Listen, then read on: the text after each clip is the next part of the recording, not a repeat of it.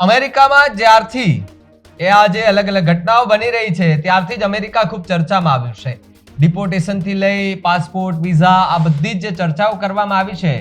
અને હવે અમેરિકાની અંદર જે વિરોધ પ્રદર્શન જે ચાલુ થયું છે, આની પહેલા પણ એલન મસ્ક અને ડોનાલ્ડ ટ્રમ્પનો જે વિરોધ થયો હતો અમેરિકામાં, ત્યારે માત્ર 20 જેટલા જે રાજ્યો છે ત્યાં વિરોધ થયો હતો, પણ આ વખતે જે વિરોધ થઈ રહ્યો છે એ વિરોધ 50 થી વધારે કરતા રાજ્યોની અંદર પડઘા પડ્યા છે. નમસ્કાર, આપ જોઈ રહ્યા છો ન્યૂઝ રૂમ અને આપની સાથે હું છું ભાવી. પહેલા તો તમે અમારી ચેનલને સબસ્ક્રાઇબ નથી કરી તો અમારી ચેનલને સબસ્ક્રાઇબ કરો, બેલ આઇકનને દબાવો જેથી કરીને પડે પડના સચોટ સમાચાર તમને તમારા મોબાઈલ પર તરત જ મળી રહે. શનિવારે અમેરિકાના રાષ્ટ્રપતિ ડોનાલ્ડ ટ્રમ્પ અને અબજોપતિ ઇલોન મસ્ક વિરુદ્ધ તમામ 50 રાજ્યોમાં વિરોધ પ્રદર્શન યોજાયો હતો. આ વિરોધ પ્રદર્શનમાં લાખો લોકોએ ભાગ લીધો હતો. CNN ના અહેવાલ મુજબ દેશભરના 1400 થી વધુ રેલીઓ યોજાઈ, જેમાં કેટલાક લોકોએ તો વ્હાઇટ હાઉસને પણ ઘેર્યું હતું. હવે વાત આગળ કરીએ તો અમેરિકા રાષ્ટ્રપતિ ડોનાલ્ડ ટ્રમ્પની નીતિઓ વિરુદ્ધ શનિવારે ફરી એકવાર હજારો વિરોધીઓ રસ્તા પર ઉતરી આવ્યા હતા.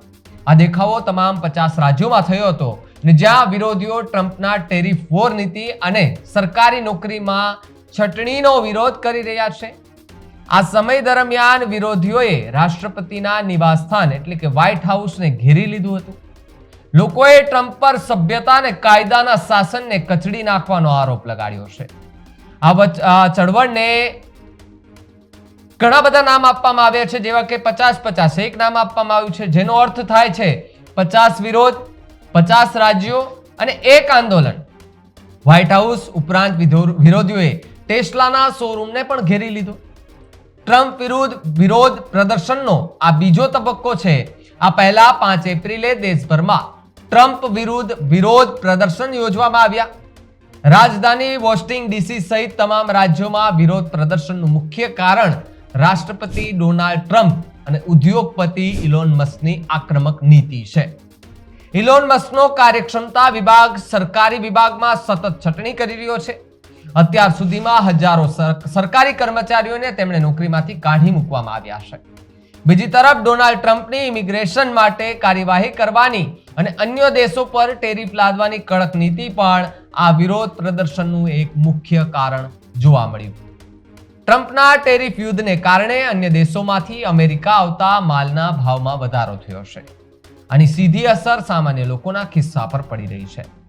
વિરોધીઓએ રાષ્ટ્રપતિ ટ્રમ્પ પર નાગરિક સ્વતંત્રતા અને કાયદાના શાસનને કચડી નાખવાનો આરોપ લગાડવામાં આવ્યો છે, જેમાં ઇમિગ્રેશન, ફેડરલ નોકરીઓમાં કાપ, આર્થિક નીતિઓ અને અન્ય મુદ્દાઓ પર ચિંતાનો ઉલ્લેખ કરવામાં આવ્યો છે.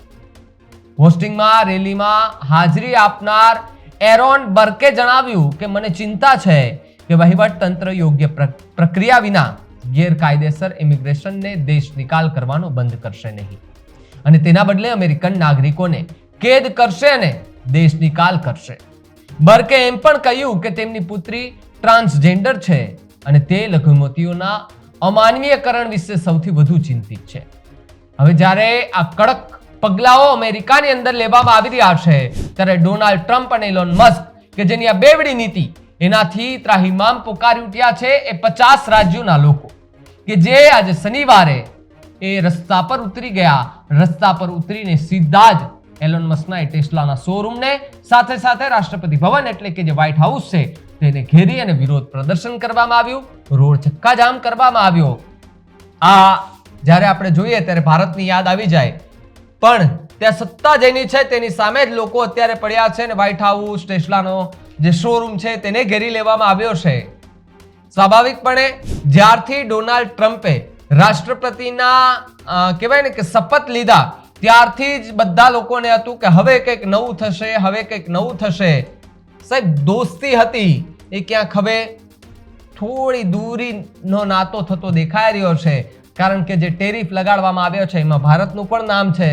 ભારત પર પણ ટેરિફ લાગ્યો છે અને ત્યાં ગેરકાયદેસર ગયેલા ભારતીયોને પણ પરત મોકલવામાં આવ્યા છે, હથકડીઓ અને પગમાં હથકડીઓ બાંધીને. એ ભારતના નાગરિકો ત્યાં ગેરકાયદેસર ગયા હતા, એ ખોટી રીતે જ ગયા હતા, પણ ત્યાંથી એમને હાંકી કાઢવામાં આવ્યા છે અને હજુ પણ એ ડિપોર્ટની કામગીરી ચાલુ જ છે. ત્યાંથી કેટલા લોકોને મોકલવામાં આવે છે તો સમય આવશે ત્યારે જ ખબર પડશે. પણ ઘણા લોકો કે જે અમેરિકા છોડીને હવે પરત પોતાના વતન તરફ આગળ વધી રહ્યા છે, જે લોકો ઇમિગ્રેશન તે એમના વિઝા, ગ્રીન કાર્ડ, જે અલગ અલગ જે કાર્ડ છે એ બધામાં નવી નીતિ અને એમની બેવડી નીતિના કારણે હવે ડોનાલ્ડ ટ્રમ્પ અને ઇલોન મસ્ક ખૂબ ચર્ચામાં આવ્યા છે. ને આ ચર્ચામાં આવવાને કારણે રસ્તા પર લોકો દેખાવો કરવા માટે ઉતરી ગયા છે. વ્હાઇટ હાઉસ, ટેસ્લાનો શોરૂમ, આ બધા સામે વિરોધ કરી રહ્યા છે. પોલીસ પ્રશાસન પણ એ લોકોને અટકાવી રહી છે. શું આ વિરોધ પ્રદર્શનની અસર થોડી ઘણી થશે? તો શું ડોનાલ્ડ ટ્રમ્પે જે નિયમો ઘડ્યા છે તેમાં કઈ સુધારા વધારા થશે કે કેમ? અને કમેન્ટ કરીને ખાસ જણાવજો. અને અમેરિકાની આખી આ નીતિ અને ડોનાલ્ડ ટ્રમ્પના જે નવા નીતિ નિયમો છે, એલોન મસ્ક સાથેની જે વાતચીત આ બધું જ થયું છે, એને લઈને તમે શું માનો છો? કમેન્ટ કરીને ખાસ જણાવજો. જોતા રહેજો ન્યૂઝ રૂમ. નમસ્કાર.